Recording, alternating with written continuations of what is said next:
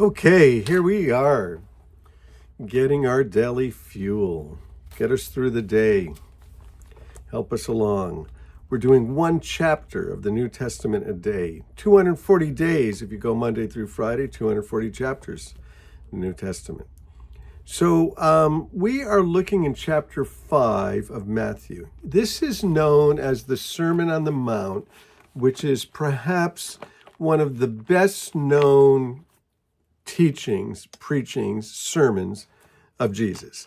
And while a lot of people might not be familiar with the whole Sermon on the Mount, which is 3 chapters, there's lots of little pieces in here that people are familiar with.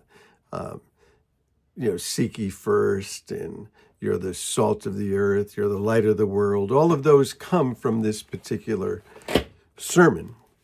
And so it starts, I love the way that it starts, chapter 5 of Matthew. Chapter 5, verse 1, it says, "Now when Jesus saw the crowds," because his crowd's following him, remember, he's healing, he's doing miracles, he's stirring things up, people are following, and there's these crowds. He goes up onto a mountainside, which is probably going to be more of a hillside than a mountainside. For us, you think of mountains and, well, this is probably a hillside, but they would call it a mountain.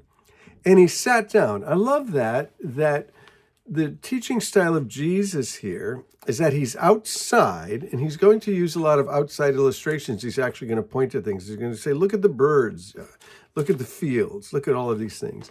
Jesus using everyday illustrations and everyday things to teach us spiritual truths.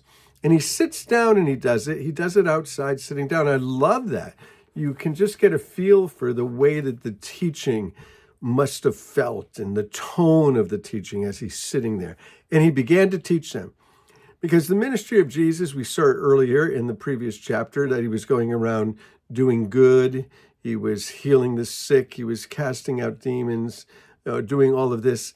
And he's always teaching. Whenever you find Jesus, he's just always teaching. Even when he's healing, he's using healing as an opportunity to teach.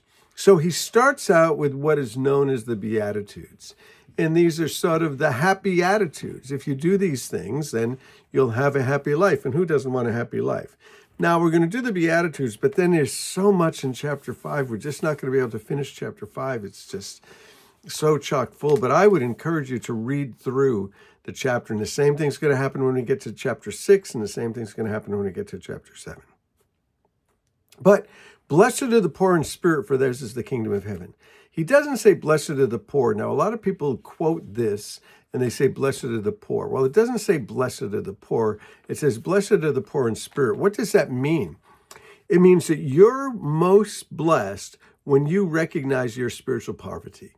You're most blessed when you recognize that you don't have it together spiritually. Well, what does that even mean spiritually? Well, the spiritual things are the invisible things. And so, blessed are you, blessed are you,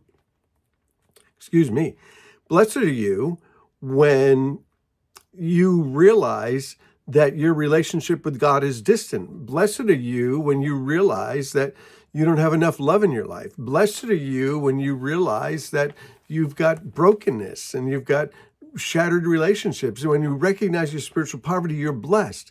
Why? Because it's at that point that you can do something about it. It's at that point you can do something about it.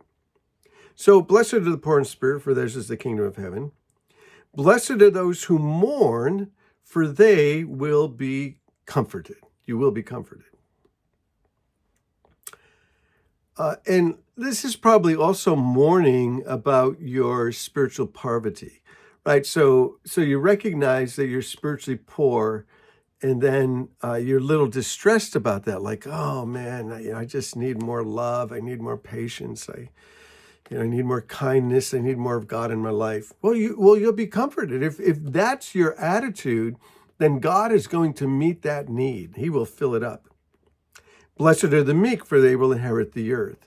Meek seems like a bad word, like who would want to be meek? But what meekness is it's strength under control. So you can have a lot of strength, whatever kind of strength, moral strength, ethical strength, even physical strength, and you keep it under control. You're not exerting those things, but you have it. You have it, and you're meek, and you don't flaunt it. But blessed are the meek, for they'll inherit the earth. Blessed are those who hunger and thirst for righteousness, for they'll be filled. Those who were saying, oh man, things are so messed up, I wish that it could be different. Well, if you have that attitude, you'll see righteousness reign. You'll see things change. This next one is fascinating. Blessed are the merciful, for they'll be shown mercy. Mercy is just such a wonderful thing, such a wonderful trait, and we lack it so much. But if you show mercy, you will get mercy. Give mercy to people. We like to say at our church that if you're going to err in your relationships, if you're going to err in your judgment, if you're going to err in decisions, err on the side of grace. Err on the side of grace. So always be taking the grace position. Always be taking the merciful position. And if you're always taking the merciful position, mercy will come back to you. You can't be too merciful. Just can't be. And if you do, you'll get mercy. I love this one. Blessed are the pure in heart, for they will see God. What does this mean? I think that is God is purifying our hearts, and He is. We're getting closer to Him. Blessed are the pure in heart, for they'll see God. So as God purifies our hearts, as He works in us, and as He works in our lives, we start to see God in everything. So you don't only see God in the good things. You don't only see God in the beautiful sunset or the beautiful sunrise or the creation or some magnificent tree or something. You also start to see God in trouble. You also start to see God in crisis. You also start to see God in the bad things that are going on. And you can see that God is there. You can always find Him if you look for Him. And so blessed are the pure in heart. Is my heart is being purified. I see God in everything. Oh man, that's a terrible thing. But God's there. He's somewhere. You can look for Him and you can find Him. Jesus will say later, seek and you'll find. I like to say that God likes to play hide and seek. What do we mean by that? It means that God likes to hide Himself in our day. He likes to hide Himself in our situations. And if we look for Him, we'll find Him. So the pure heart. Blessed are the peacemakers. They'll be called the children of God. Wow, there's so much brokenness. There's so much discord. There's so much argument. There's so much disagreement. There's so much war. There's so much trouble. There's so many people turning against each other. Well, if you're a peacemaker, you see the gospel is all based upon peace. The whole thing is peace. Jesus came to give us peace with God. He came to resolve the ultimate conflict. Well, what's the ultimate conflict? The cosmic conflict between people and God. Our relationship with Him is shattered. Our relationship with Him is distant. And Jesus came to bridge that gap. He makes peace between sinners and a holy God. Jesus, the cross, and we cross over. When Jesus died for us on the cross, He took our place, and we cross over to God, and we get peace. And so once we have peace with God, then we have the peace. Once we have peace with God, then we get the peace of God inside of us. We have a new peace, a renewed peace. And we should be making peace with others. Gospel people are people of peace. And these last couple, they're a little tough. Blessed are those who are persecuted because of righteousness, for theirs is the kingdom of heaven. Well, I don't know that when people criticize me and come after me and persecute me, I don't know that I always feel so blessed. But you do inherit the kingdom, because blessed are you when people insult you. Oh, really? When they persecute you, when they falsely say all kinds of evil against you because of me. Rejoice and be glad, because great is your reward in heaven, for in the same way they persecuted the prophets who were before you.